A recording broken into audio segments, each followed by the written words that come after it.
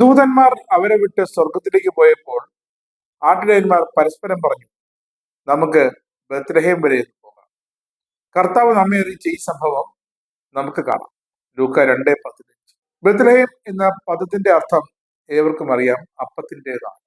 ഭൂമിക്ക് അപ്പമാകാൻ വന്നവൻ ജന്മത്തിനായി തിരഞ്ഞെടുത്തത് ദാവീദിന്റെ ഈ പട്ടണമായതിൽ തെല്ലും അതിശയോക്തിയുമില്ല. ബത്ലഹേം വരെ പോകുന്നവർക്കെല്ലാം രക്ഷകരം കാണാം, വിശപ്പകറ്റാം, സമൃദ്ധിയിൽ വളരാം. ആഗമനകാലം രക്ഷകനെ കാണാൻ യാത്ര പുറപ്പെടേണ്ട കാലമാണ്. ദൈവം വസിക്കുന്ന ഭവനത്തിലേക്ക് നടക്കേണ്ട കാലം. ഇന്ന് ദൈവത്തിന് പിറക്കാൻ ഏറ്റവും അനുയോജ്യമായ ബത്ലഹേം നമ്മുടെ ഹൃദയമാണ്. ആ ഹൃദയത്തെ വിശദീകരിക്കുക, അവിടേക്ക് തിരികെ നടക്കുക. ഇതിവിടെ പറയാൻ കാരണം എന്താണെന്നോ? ഈശോ വസിക്കുന്ന ജീവിക്കുന്ന ബത്ലഹേമായ നമ്മുടെ ഹൃദയങ്ങൾ മറ്റുള്ളവരുടെ വിശപ്പകറ്റുന്ന, മനസ്സിലെ വിഷമം അകറ്റുന്ന ഇടമായി മാറും. ഒരു വർഷമാകുന്നു അതിരൂപതയിലെ ഒരു ഇടവകയിൽ ഒരു വികാരി ആക്രമിക്കപ്പെട്ടിട്ട്, അതും വിശ്വാസികളുടെ മുന്നിൽ കുർബാന ചൊല്ലിക്കൊണ്ടിരിക്കുന്നു. വിശ്വസിക്കുന്നു എന്ന് പറയുന്നവരുടെ വിശ്വാസക്കുറവാണ് വലിയ ഉതപ്പുകളിലേക്കും പ്രതിസന്ധികളിലേക്കും സഭയെ തള്ളിവിടുന്നത് എന്ന് നമുക്കറിയാം. പരിശുദ്ധ കുർബാനയിൽ വിശ്വാസമുള്ളവൻ ചെയ്യുന്ന കാര്യങ്ങളല്ല നമ്മളിപ്പോൾ ചിലപ്പോഴെങ്കിലും കണ്ടുകൊണ്ടിരിക്കുന്നത്. പരിശുദ്ധ കുർബാന അപമാനിക്കപ്പെടുമ്പോൾ ഓർക്കുക, പരിശുദ്ധ കുർബാനയിൽ വിശ്വാസമുള്ളവൻ ഒരിക്കലും ചെയ്യാത്ത കാര്യമാണത്. ആ വിശ്വാസമില്ലാത്തവര് അത് ചെയ്യുന്നു എന്നോർത്ത് അവരോട് കരുണ കാണിക്കുക എന്നല്ലാതെ നമുക്ക് മറ്റൊന്നും സാധിക്കുന്നില്ല. ദൈവം തന്നെ അവരെല്ലാം വിധിക്കട്ടെ. പക്ഷേ കർത്താവ് ഇന്നും ജീവിക്കുന്നു. ഈ അപമാനങ്ങളിലൂടെയും തകർച്ചകളിലൂടെയും തളർച്ചകളിലൂടെയും അവിടുന്ന് തന്നെ ലോകത്തെ നേടിയെടുക്കുകയാണ് എന്നൊരു വലിയ വിശ്വാസം പ്രിയപ്പെട്ടവരെ നമുക്ക് എല്ലാവർക്കും ഉണ്ടാവണം. ജീവിതത്തിൽ പ്രതിസന്ധികളും ഉതപ്പുകളും പ്രശ്നങ്ങളും ഒക്കെ ഉള്ളിൽ നിന്ന് തന്നെ നമ്മൾ കാണുമ്പോൾ പുറമേ നിന്നുള്ള പീഡനങ്ങളെയൊക്കെ നമ്മൾ അതിജീവിച്ചിട്ടുണ്ട്. ഉള്ളിൽ നിന്ന് തന്നെ നമുക്ക് ഉതപ്പുകൾ ഉണ്ടാകുമ്പോൾ അത് വളരെ ഹൃദയത്തെ കുത്തിമുറിവേൽപ്പിക്കുന്ന വേദനയാണത് തരുന്നത്. എങ്കിലും പ്രിയപ്പെട്ടവരെ, ആ വേദനകളിലൂടെ കടന്നു പോകുമ്പോഴും നമ്മൾ കുരിശുമരണത്തിൽ പങ്കാളികളാവുകയാണ് എന്ന വിശ്വാസത്തോടെ, കുരിശുമരണമുണ്ടെങ്കിൽ ഉത്ഥാനം ഉണ്ടായിരിക്കും എന്ന വലിയ വിശ്വാസത്തോടു കൂടി കാത്തിരിക്കാൻ നമുക്ക് സാധിക്കണം. മഹത്വത്തിന്റെ കാലഘട്ടം കടന്നു വരും. അത് ചിലപ്പോൾ എന്റെ ജീവിതകാലത്ത് നടക്കുമെന്ന് എനിക്കറിയില്ല. പക്ഷെ ദൈവത്തിന്റെ സമയത്ത് അത് നടന്നാൽ മതി. ദൈവത്തിന്റെ സമയത്ത് ദൈവം ഇടപെട്ടിരിക്കും എന്നുള്ളൊരു വലിയ വിശ്വാസം, അതാണ് നമ്മളെ ഓരോരുത്തരെയും മുന്നോട്ടേക്ക് നയിക്കേണ്ടത്. അതുകൊണ്ട് തന്നെ നഷ്ടധൈര്യരാകാതെ തീഷ്ണതയോടെ പ്രവർത്തിക്കുവാൻ നമുക്ക് സാധിക്കണം. നമ്മൾ വിശ്വാസത്തിൽ ആഴപ്പെടാനായിട്ട് നമുക്ക് സാധിക്കണം. അതുപോലെ നമ്മുടെ ഇടയിൽ സംഭവിക്കുന്ന ഉതപ്പുകൾക്ക് നമ്മുടെ ജീവിതം കൊണ്ട് പരിഹാരം ചെയ്യാനായിട്ട് നമുക്ക് സാധിക്കണം. അതിനൊക്കെയുള്ള വലിയ കൃപ നമുക്ക് എല്ലാവർക്കും കർത്താവ് നൽകട്ടെ. കുർബാനക്കിടയ്ക്ക് അക്രമം അഴിച്ചുവിട്ട് കുർബാന അലങ്കോലപ്പെടുത്തുകയും കുർബാന അർപ്പിച്ചുകൊണ്ടിരുന്ന പുരോഹിതനെ ആക്രമിക്കുകയും ചെയ്തതിനെ പറ്റി മാർ തോമസ് തറയിൽ പിതാവ് അരുളിയത് എന്താണെന്നോ? വിശ്വാസികൾ നിങ്ങൾ കേട്ടാൽ ഞെട്ടിപ്പോ.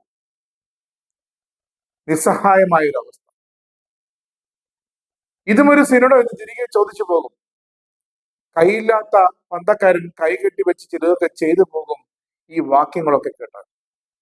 മാർ തോമസ് തറയിൽ പിതാവ് ഇങ്ങനെ പറയുന്നത് വിശ്വാസികൾ ഒന്ന് കേൾക്കണം.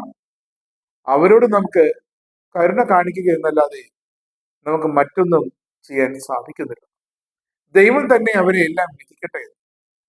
ഗുരുതരമായ തെറ്റ് ചെയ്ത ജെറിനെതിരെ കാനൂനിക നടപടി സഭ എടുക്കില്ല എന്ന പിതാവ് തന്റെ നിസ്സഹായ അവസ്ഥ വ്യക്തമാക്കും. ഇതാണ് പെർമനന്റ് സിനഡ് എന്ന പിതാവ് വേദനയോട് പറയും. എല്ലാത്തിനെയും ഒരു നുഖത്തിൽ കെട്ടാം. കൃത്യമാണ്. പുരോഹിതന്മാരുടെ വർഗബോധം പടയം വെച്ച് അവർ ഒരു നടപടിയും എടുക്കില്ല. നീതി നടപ്പിലാക്കാതിരിക്കുന്ന മേജർ സഭാ തലവനും മൈനർ വികാരിയും റാഫേൽ തട്ടിലും പാമ്പ്ലാനിയും തിരുസഭയോട് ചെയ്യുന്നത് വഞ്ചന തന്നെയാണ്. സിനഡ് മെത്രാന്മാരെല്ലാവരും പരസ്പരം സംരക്ഷിച്ചുകൊണ്ടിരിക്കുന്നത് കൊണ്ട് അവർക്ക് ഒരു നാണവുമില്ലെന്ന് വിശ്വാസികൾ മനസ്സിലാക്കണം. ഇത്രയും പറഞ്ഞിട്ടും തട്ടൽ മെത്രാൻ മേജറാകാൻ ആഗ്രഹിച്ച 4 പേരുണ്ടായിരുന്നു. അവരുടെയൊക്കെ ആഗ്രഹം സഫലമാക്കുകയും ചെയ്തു. ഇതുപോലൊരു വെള്ളരിക്ക പട്ടണമാണ് ഈ സഭ ഇപ്പോഴെന്നോ കേൾക്കുമ്പോൾ സങ്കടം വരും. എല്ലാ രൂപതകളിൽ നിന്നും 5 പേരെങ്കിലും ഉള്ള ടീം ഒരുമിച്ച് വന്ന് സിനഡ് തുടങ്ങുമ്പോൾ ഈ പ്രശ്നം അവിടെ സിനഡോടുകൂടി അവസാനിക്കണമെന്നാണ് കണക്ക്. നടപടി എടുക്കേണ്ടവർക്കെതിരെ എന്തുകൊണ്ട് സിനഡ് ഇതുവരെ നടപടിയെടുത്തില്ല?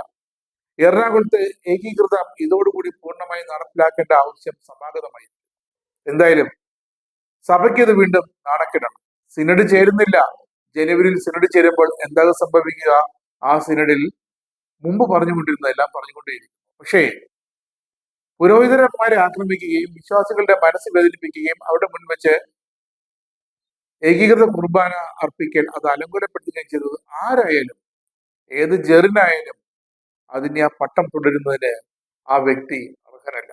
പുരോഹിതൻ എന്ന് വിശേഷിപ്പിക്കുന്നതിന് പോലും ആ വ്യക്തി അർഹനല്ല. അതും വാസ്തവമാണെന്നിരിക്കെ, യാഥാർത്ഥ്യമാണെന്നിരിക്കെ ഒരു നടപടിയും സ്വീകരിക്കാതെ ഇത്രയും കാലം നീട്ടിക്കൊണ്ടുപോവുകയും ഒടുവിൽ പിതാവ് പറയുന്നത് അത് ദൈവത്തിന് വിട്ടുകൊടുക്കാം, വിധി പ്രഖ്യാപിക്കുന്നത് ദൈവം ചെയ്യട്ടെ എന്ന് പറയുന്നത് എന്തൊരു വിരോധാഭാസമാണ്.